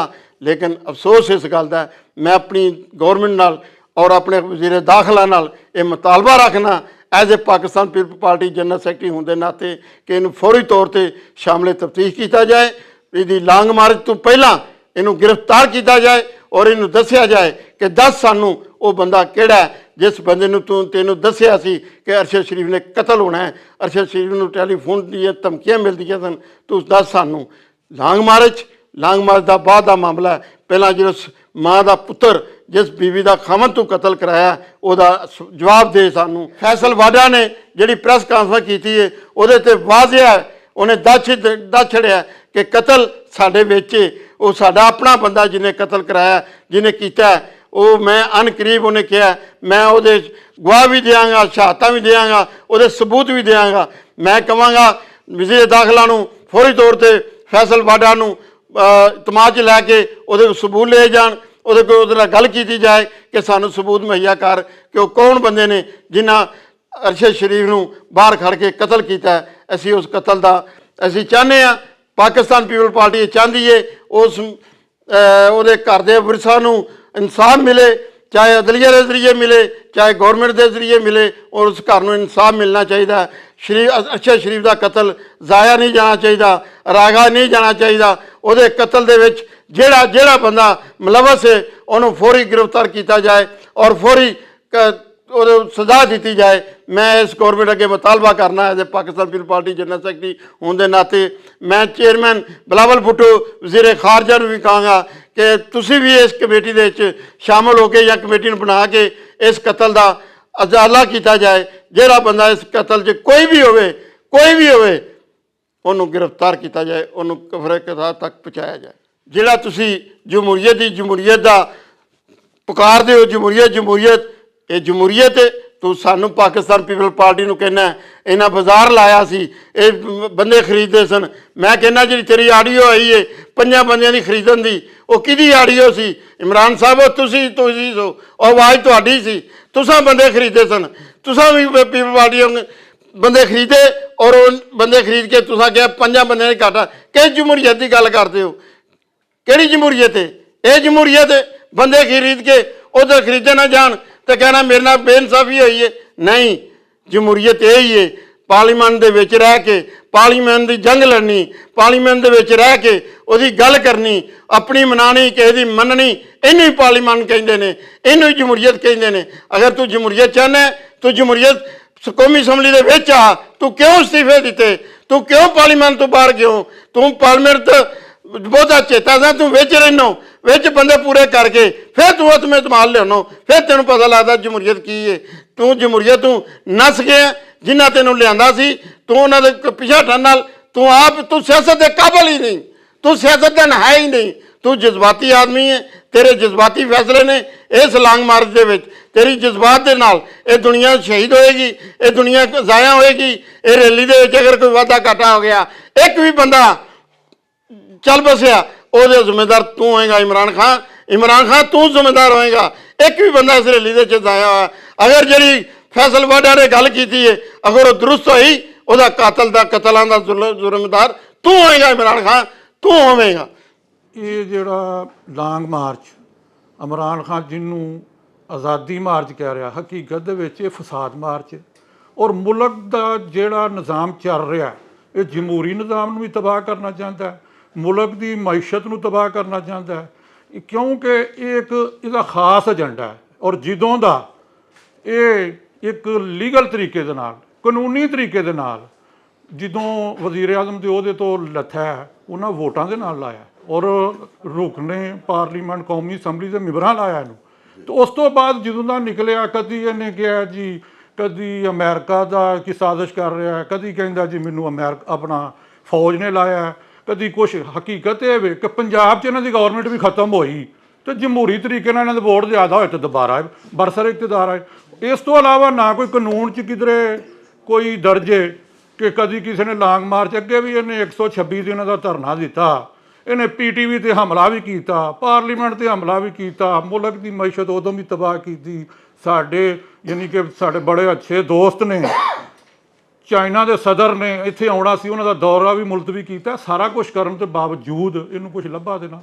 ਅਖੀਰ ਪ੍ਰੋਸੈਸ ਉਹ ਹੀ ਹੈ ਜਿਹੜਾ ਗਵਰਨਮੈਂਟ ਨੇ ਕਾਨੂੰਨ ਪਾਕਿਸਤਾਨ ਦੇ ਵਿੱਚ ਲਿਖਿਆ, ਉਹ ਇਹਨੂੰ ਅਡਾਪਟ ਕਰਨਾ ਪਿਆ। ਇਲੈਕਸ਼ਨ ਹੋਏ, ਚਲੋ ਜਿਸ ਤਰ੍ਹਾਂ ਵੀ ਇਹਨੂੰ ਆਵਾਮ ਨੇ ਮੁਸਤਹਬ ਕੀਤਾ ਜਾਂ ਵੋਟ ਦਿੱਤੇ ਜਾਂ ਨਾ ਦਿੱਤੇ, ਜਿਸ ਤਰ੍ਹਾਂ ਵੀ ਜੋ ਵੀ ਹਾਲਾਤ ਬਣੇ ਇਹ ਬਣ ਗਿਆ ਤੇ ਵੋਟਾਂ ਨਾਲ ਬਣ ਗਿਆ। ਹੁਣ ਵੋਟਾਂ ਨਾਲ ਲੱਗ ਗਿਆ। ਹੁਣ ਇਹ ਜਿੰਨਾ ਮਰਜ਼ੀ ਲੌਂਗ ਮਾਰਚ ਕਰ ਲੇ, ਕਿਉਂਕਿ ਹੁਣ ਆਵਾਮ ਦੇ ਤਵੱਜੋ ਵੀ ਨਹੀਂ ਦੇ ਰਹੀ। ਜਦੋਂ ਦਾ ਕੱਲ੍ਹ ਦਾ ਜਿਸ ਤਰ੍ਹਾਂ DG ISPR ਤੇ DG ISI ਨੇ ਇਹ ਕਲੀਅਰ ਵਾਸ਼ਗਾਫ ਲਫ਼ਜ਼ਾਂ 'ਚ ਇਹ ਦੱਸ ਦਿੱਤਾ ਹੈ ਕਿ ਇਹਨੇ ਸਾਰੇ ਬਿਆਨੀਏ ਕੋਲੋਂ ਘੜੇ ਨੇ, ਨਾ ਕਿਧਰੇ ਕੋਈ ਸਾਜ਼ਿਸ਼ ਹੋਈ ਹੈ, ਨਾ ਕਿਧਰੇ ਕੋਈ ਲੈਟਰ ਜਿਹੜਾ ਸਾਈਫਰ ਦਾ ਰੌਲਾ, ਕੁਛ ਵੀ ਨਹੀਂ। ਇਹਨੇ ਖੁਦ ਸਾਫ਼ ਸਾਰਾ ਬਿਆਨੀਆ ਬਣਾਇਆ। ਮੈਂ ਨਾ ਕਿ ਜਿਹੜਾ ਬੰਦਾ ਵਜ਼ੀਰ ਆਜ਼ਮ, ਇੱਕ ਉਹਨਾਂ ਨੇ ਕੱਲ੍ਹ ਜਿਹੜਾ DG ISI ਨੇ ਕਿਹਾ ਕਿ ਮੈਂ ਜਦੋਂ ਇੰਟਰਵਿਊ ਦੇਣ ਗਿਆ ਤੇ ਮੈਨੂੰ ਉਹਨਾਂ ਸਵਾਲ ਕੀਤਾ ਕਿ ਅਸਲੇ ਸਾਡੇ ਸਭ ਤੋਂ ਮੁਲਕ ਦਾ ਕੀ ਵੱਡਾ ਸਾਰਨਾ ਮਸਲਾ ਹੈ, ਤੇ ਮੈਂ ਕਿਹਾ ਕਿ ਸਾਡੇ ਮੁਲਕ ਦੀ ਮਈਸ਼ਤ ਸਹੀ ਹੋਣੀ ਚਾਹੀਦੀ ਹੈ। ਤੇ ਇਹਨੇ ਕਿਹਾ ਨਹੀਂ ਜੀ ਮੇਰਾ ਮਸਲਾ ਆਪੋਜੀਸ਼ਨ ਹੈ, ਯਾਨੀ ਕਹਿੰਦਾ ਕਿ ਆਪੋਜੀਸ਼ਨ ਮੇਰੇ ਸਾਹਮਣੇ ਕੋਈ ਕੂਵੇ ਨਾ, ਤੇ ਆਪੋਜੀਸ਼ਨ ਦਾ ਕੀ ਮਸਲਾ ਜੀ, ਮੈਂ ਉਹਨਾਂ ਨੂੰ ਅੰਦਰ ਕਰਕੇ ਤੇ ਫਿਰ ਬੜਾ ਰਾਜ਼ੀ ਹੈ। ਨਾ ਇਹਨੂੰ ਮੁਲਕ ਦੀ ਮਈਸ਼ਤ ਦੇ ਨਾਲ ਕੋਈ ਗਰਜ਼ ਹੈ, ਨਾ ਇਹਨੂੰ ਕੋਈ ਮੁਲਕ ਦੇ ਮਫਾਦ ਨਾਲ ਕੋਈ ਗਰਜ਼ ਹੈ। ਅੱਜ ਤੱਕ ਕੋਈ ਇੱਕ ਕੰਮ ਦੱਸੇ ਕਿ ਜਿਹੜਾ ਇਹਨੇ ਮੁਲਕ ਦੀ ਮਫਾਦ ਵਾਸਤੇ ਕੀਤਾ। ਮੈਂ ਨਾ ਦੁਨੀਆ ਪਾਕਿਸਤਾਨ ਜਦੋਂ ਦਾ ਬਣਿਆ ਅੱਜ ਤੱਕ ਮੁਲਕ ਤੋਂ ਵਜ਼ੀਰ ਆਜ਼ਮ ਲੱਥੇ ਵੀ ਹਨ, ਇਹਨਾਂ ਨੂੰ ਲਾਇਆ ਵੀ ਗਿਆ ਅਦਾਲਤ ਦੇ ਜ਼ਰੀਏ, ਲੇਕਿਨ ਇਹ ਪਹਿਲਾ ਵਜ਼ੀਰ ਆਜ਼ਮ ਹੈ ਕਿ ਜਿਹਨੂੰ ਇੱਕ ਜਮਹੂਰੀ ਤਰੀਕੇ ਦੇ ਨਾਲ ਲਾਇਆ ਗਿਆ ਔਰ ਉਹਦੇ ਖਿਲਾਫ ਅਦਮ ਇਤਮਾਦ ਵੋਟਾਂ ਦੇ ਜ਼ਰੀਏ ਜਿਹੜੀ ਕਾਮਯਾਬ ਹੋਈ ਹੈ। ਉਸ ਤੋਂ ਬਾਅਦ ਇਹ ਰੌਲਾ ਪਾ ਰਿਹਾ। ਇਹ ਦੱਸੇ ਕਿ ਕਦੀ ਅੱਜ ਤੱਕ ਕਿਸੇ ਮੁਲਕ ਦੇ ਲੀਡਰ ਨੇ ਕਿਹਾ ਕਿ ਬਿੱਲ ਜਮ੍ਹਾਂ ਨਾ ਕਰਾਓ, ਪੈਸੇ ਹੁੰਡੀ ਦੇ ਜ਼ਰੀਏ ਭੇਜੋ, ਪਾਰਲੀਮੈਂਟ 'ਤੇ ਹਮਲਾ ਕਰੋ। ਤੇ ਇਹ ਜਿਹੜਾ ਹੁਣ ਤੇ ਮੁਹਿਬੇ ਵਤਨ, ਹੁਣ ਜਦੋਂ ਇਲੈਕਸ਼ਨ ਕਮਿਸ਼ਨ ਨੇ ਇਹਦੀ ਹਰ ਚੋਰੀ ਵਾਜ਼ਿਆ ਤੌਰ 'ਤੇ ਸਾਹਮਣੇ ਦੱਸ ਦਿੱਤੀ ਹੈ ਕਿ ਇਹ ਸਰਟੀਫਾਈਡ ਚੋਰ ਜੇ, ਇਹਨੇ ਘੜੀਆਂ ਵੀ ਵੇਚੀਆਂ ਨੇ। ਕਦੀ ਆਂਦਾ ਜੀ ਮੈਂ 35 ਲੱਖ ਦੀ ਆਪਣਾ ਸੜਕ ਬਣਾਈ ਸੀ, ਬਾਅਦ 'ਚੋਂ ਪਤਾ ਲੱਗਾ ਜੀ ਕਰੋੜਾਂ ਰੁਪਏ ਇਹਦੇ ਜਿਹੜੇ ਨੇ ਨਿਕਲੇ ਨੇ। ਤੇ ਇਸ ਲਈ ਆਵਾਮ ਹੁਣ ਕੋਈ ਤਵੱਜੋ ਨਹੀਂ ਦੇਤੀ। ਤੁਸੀਂ ਆ ਵੇਖੋ, ਬਿਲਕੁਲ ਲੋਕੀ ਪੁਰਸਕੂਨ ਨੇ ਆਪਣੀ ਜ਼ਿੰਦਗੀ ਗੁਜ਼ਾਰੀਆਂ। ਹਾਂ, ਇਹ ਹੋ ਸਕਦਾ ਕਿ ਇਸ ਧਰਨੇ ਦੀ ਵਜ੍ਹਾ ਤੋਂ ਅੱਜ ਲਾਹੌਰ ਦੇ ਵਿੱਚ ਮਾਰਕੀਟਾਂ ਬੰਦ ਨੇ, ਸਾਡੀ ਸਟਾਕ ਐਕਸਚੇਂਜ ਬੰਦ ਹੈ, ਸਾਡੇ ਸਕੂਲ ਕਾਲਜ ਬੰਦ ਨੇ, ਜਿਹਦੇ ਨਾਲ ਇਹ ਅਰਬਾਂ ਰੁਪਏ ਦਾ ਨੁਕਸਾਨ ਜਿਹੜਾ ਨਾ ਮੁਲਕ ਨੂੰ ਪਹੁੰਚਾ ਰਿਹਾ, ਇਹ ਜ਼ਰੂਰ ਪਹੁੰਚਾ ਰਿਹਾ। ਔਰ ਗੌਰਮੈਂਟ ਨੂੰ ਗੈਰ ਮੁਸਤਹਕਮ ਕਰਨ ਦੀ ਕੋਸ਼ਿਸ਼ ਕਰ ਰਿਹਾ, ਲੇਕਿਨ ਇਹਦੇ ਵਿੱਚ ਵੀ ਇਹ ਕਾਮਯਾਬ ਨਹੀਂ ਹੋਣਾ। ਦੂਸਰਾ ਇਹ ਵੇ ਕਿ ਆਵਾਮ ਨੂੰ ਵੀ ਸੋਚਣਾ ਚਾਹੀਦਾ, ਪੇਰੈਂਟਸ ਨੂੰ ਵੀ ਸੋਚਣਾ ਚਾਹੀਦਾ ਕਿ ਇਹ ਲੋਕਾਂ ਦੇ ਬੱਚੇ ਮਰਵਾਉਣਾ ਚਾਹੁੰਦਾ, ਉਹਨਾਂ ਨੂੰ ਜਲੂਸਾਂ 'ਚ ਖੜਦਾ ਪਿਆ। ਇੱਥੇ ਤੇ ਚਲੋ ਜ਼ਾਹਰ ਪੰਜਾਬ 'ਚ ਇਹਨਾਂ ਦੀ ਗੌਰਮੈਂਟ ਹੈ, ਇੱਥੇ ਨਹੀਂ ਕੋਈ ਰੋਕੇਗਾ ਇਹਨਾਂ ਨੂੰ, ਲੇਕਿਨ ਜਿੱਥੇ ਆਪਣਾ ਅਗਰ ਇਸਲਾਮਾਬਾਦ ਜਾਂਦੇ ਨੇ ਉੱਥੇ ਜਾ ਕੇ, ਕਿਉਂਕਿ ਇਹਦੀ ਟਰੈਕ ਰਿਕਾਰਡ ਤੇ ਇਹ ਦੱਸਦਾ ਕਿ ਇਹਨੇ ਅੱਜ ਤੱਕ ਜਿਹੜੀ ਗੱਲ ਕਹੀ ਉਹਦੇ ਤੇ ਉਲਟੀ ਕੰਮ ਕੀਤਾ। ਪਿੱਛੇ ਵੀ ਇਹਨੇ ਆਖਿਆ ਜੀ ਮੈਂ ਰੈੱਡ ਜ਼ੋਨ 'ਚ ਨਹੀਂ ਜਾਵਾਂਗਾ, ਇਹ ਟੁਰ ਗਿਆ। ਹੁਣ ਵੀ ਉੱਥੇ ਜਾਂਦਾ ਹੈ, ਫੌਜ ਆਪਣੇ ਐਕਸ਼ਨ 'ਚ ਆਉਂਦੀ ਹੈ, ਗੌਰਮੈਂਟ ਆਪਣੇ ਐਕਸ਼ਨ 'ਚ ਆਉਂਦੀ ਹੈ। ਉੱਥੇ ਜਿਹੜੀ ਕਤਲੋ ਗਾਰਤ ਹੋ ਜਾਂਦੀ ਹੈ, ਅੱਲਾ ਨਾ ਕਰੇ ਐਸਾ ਕੋਈ ਵਕਤ ਆਏ ਜੇ ਹੋ ਜੇ, ਤੇ ਉਹਦਾ ਜ਼ਿੰਮੇਦਾਰ ਕੌਣ? ਉਹਦਾ ਜ਼ਿੰਮੇਦਾਰ ਇਮਰਾਨ ਖਾਨ ਹੈ।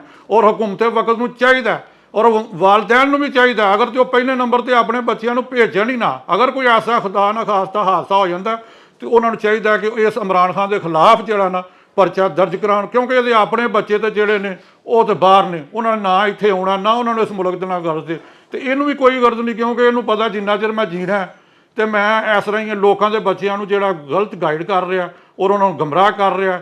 ਸਾਰਾ ਦਾ ਸਾਰਾ ਜਿਹੜਾ ਇਹਦਾ ਬਿਆਨੀਆਂ ਝੂਠ ਤੇ ਮਬਨੀ ਹੈ।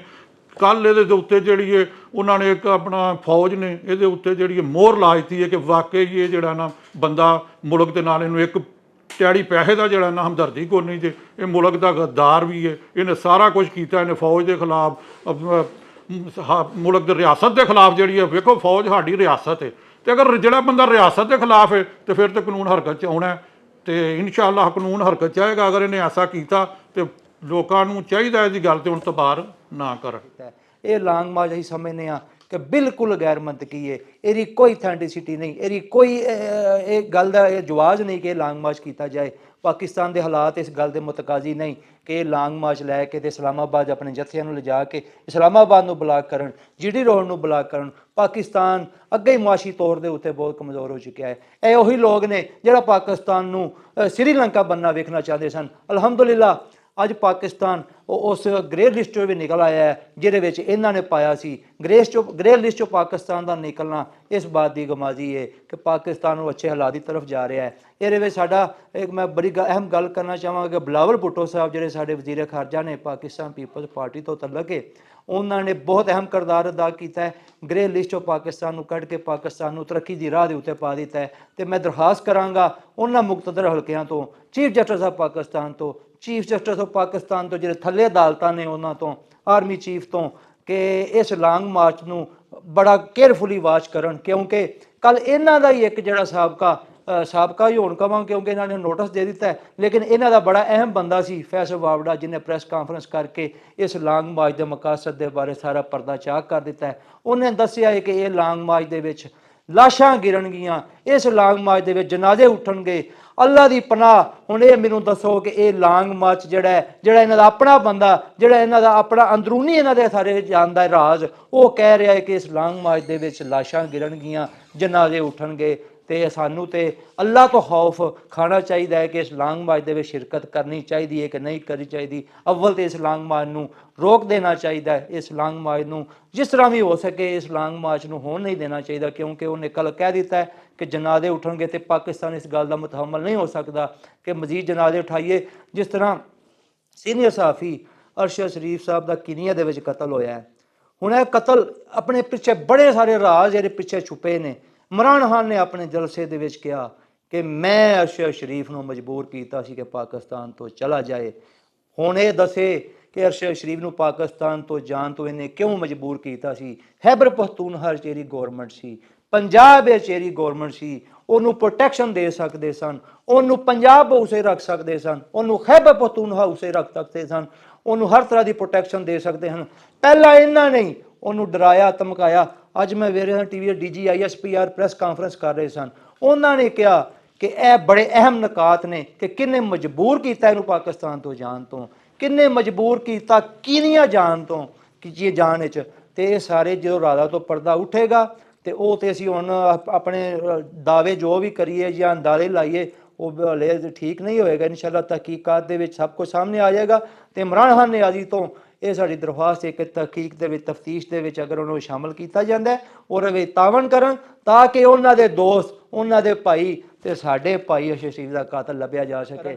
ਅਗਰ ਫਿਰ ਵੀ ਇਹ ਬਜ਼ਿੱਦ ਨੇ ਕਿ ਲਾਂਗ ਮਾਰਚ ਇਹਨਾਂ ਨੇ ਕਰਨਾ ਹੈ ਤੇ ਜਿੰਨਾ ਪਾਕਿਸਤਾਨ ਦਾ ਅਮਲਾਕ ਦਾ ਅਗਰ ਨੁਕਸਾਨ ਹੋਇਆ, ਪਾਕਿਸਤਾਨ ਦੀ ਅਗਰ ਮੁਇਸ਼ਤ ਦਾ ਨੁਕਸਾਨ ਹੋਇਆ, ਅਗਰ ਲਾਸ਼ਾਂ ਗਿਰੀਆਂ ਇਸ ਲਾਂਗ ਮਾਰਚ ਦੇ ਵਿੱਚ, ਉਹਦੀ ਜ਼ਿੰਮੇਵਾਰੀ ਕੌਣ ਉਠਾਏਗਾ। ਇਹਦਾ ਮੈਂ ਚੀਫ ਜਸਟਿਸ ਪਾਕਿਸਤਾਨ ਤੋਂ ਰਿਕੁਐਸਟ ਕਰਨਾ ਵਾ ਕਿ ਇਹਦੇ ਕੋਲ ਸ਼ੋਰਟੀ ਲੈਣ, ਇਹ ਪਾਕਿਸਤਾਨ ਤਰੀਕੇ ਇਨਸਾਫ ਦਾ ਜਿਹੜਾ ਚੇਅਰਮੈਨ ਹੈ ਉਹਦੇ ਕੋਲ ਸ਼ੋਰਟੀ ਲੈਣ ਕਿ ਇਹਦੇ ਨੁਕਸਾਨ ਦਾ ਜ਼ਿੰਮੇਦਾਰ ਕੌਣ ਹੋਏਗਾ। ਮੇਰੀ ਨਜ਼ਰ ਵਿੱਚ ਤੋਂ ਨੁਕਸਾਨ ਦਾ ਉਹ ਲਾਸ਼ਾਂ ਗਿਰਨ ਦਾ ਜ਼ਿੰਮੇਦਾਰ ਸਿਰਫ ਇਮਰਾਨ ਖਾਨ ਹੋਏਗਾ। ਇਹਦੇ ਉੱਤੇ ਪਰਚੇ ਦਰਜ ਕਰਾਣੇ ਪੈਣਗੇ, ਇਹਦੇ ਉੱਤੇ ਪਰਚੇ ਦਰਜ ਹੋਣੇ ਚਾਹੀਦੇ ਨੇ।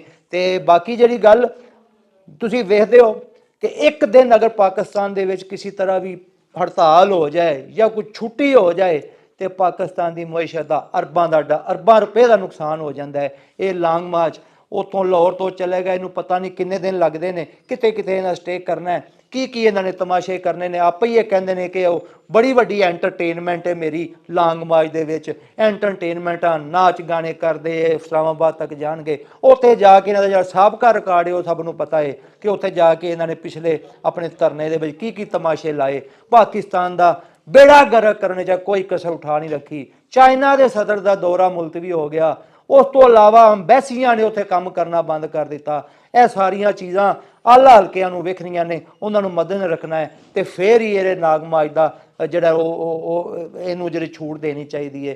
ਅਵਲ ਤੇ ਇਹ ਵੇ ਕਿ ਪਾਕਿਸਤਾਨੀਓ ਖੁਦਾਰਾ ਹੋਸ਼ ਦੇ ਨਾ ਲਵੋ, ਇਹਦੇ ਪਿੱਛੇ ਨਾ ਲੱਗੋ। ਇਮਰਾਨ ਖਾਨ ਮੁਲਕ ਨੂੰ ਤਬਾਹੀ ਦੀ ਤਰਫ ਲੈ ਕੇ ਜਾ ਰਿਹਾ ਹੈ, ਕੌਮ ਨੂੰ ਬਰਬਾਦੀ ਦੀ ਤਰਫ ਲੈ ਕੇ ਜਾ ਰਿਹਾ ਹੈ। ਤੇ ਮੇਰੀ ਤਤ ਬਦਸਤਾ ਗੁਜ਼ਾਰਿਸ਼ ਹੈ ਆਪਣੇ ਪਾਕਿਸਤਾਨੀ ਭਾਈਆਂ ਤੋਂ ਕਿ ਇਸ ਫਿਤਨੇ ਦਾ, ਇਸ ਫਸਾਦ ਦਾ ਸਾਥ ਨਾ ਦਿਓ। ਧਰਨੇ ਦੇ ਹਵਾਲੇ ਦੇ ਬਾਰੇ 'ਚ ਮੈਂ ਗੱਲ ਕਰਨਾ ਚਾਹ ਰਿਹਾ ਵਾਂ ਕਿ ਜਿਹੜਾ ਇਮਰਾਨ ਖਾਨ ਤੇ ਉਹਦੇ ਹਵਾਰੀ ਅੱਜ ਸਟਾਰਟ ਜਿਨ੍ਹਾਂ ਨੇ ਕੀਤਾ ਵੇ, ਅੱਲਾ ਦਾ ਬੜਾ ਕਰੋੜਾਂ ਸ਼ੁਕਰ ਹੈ ਕਿ ਅਸੀਂ ਪਹਿਲਾਂ ਹੀ ਜਿਹੜੇ ਹਾਲਾਤ ਬਿਹਤਰ ਹੋ ਰਹੇ ਨੇ, ਬਿਹਤਰੀ ਤਰਫ ਜਾ ਰਹੇ ਨੇ, ਉਹ ਇਹ ਮਜ਼ੀਦ ਖਰਾਬ ਕਰਨ ਦੀ ਤਰਫ ਜਾ ਰਹੇ ਨੇ।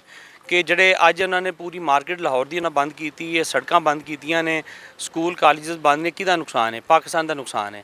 ਔਰ ਇਹਨੂੰ ਹਾਸਲ ਕੁਛ ਨਹੀਂ ਹੋਣਾ। ਇਹ ਜਿਹੜਾ ਇਹਨੇ ਝੂਠ ਦਾ ਨਕਾਬ ਪਹਿਨਿਆ ਸੀ ਉਹ ਉਤਰ ਗਿਆ, ਸਾਰੀ ਆਵਾਮ ਨੇ ਵੇਖ ਲਿਆ।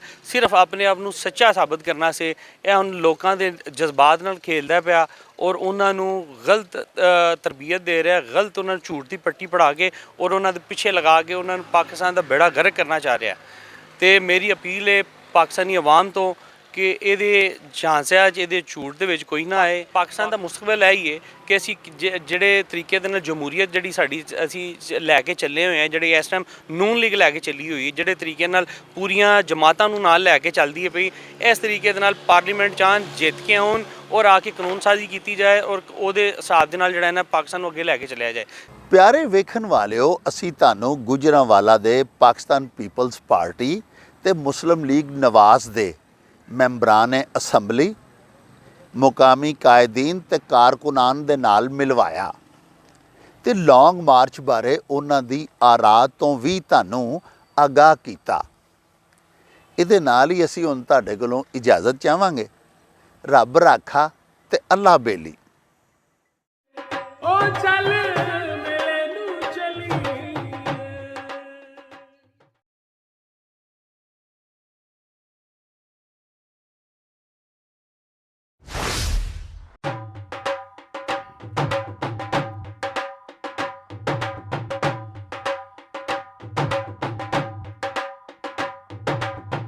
रौनक हो जाऊं चट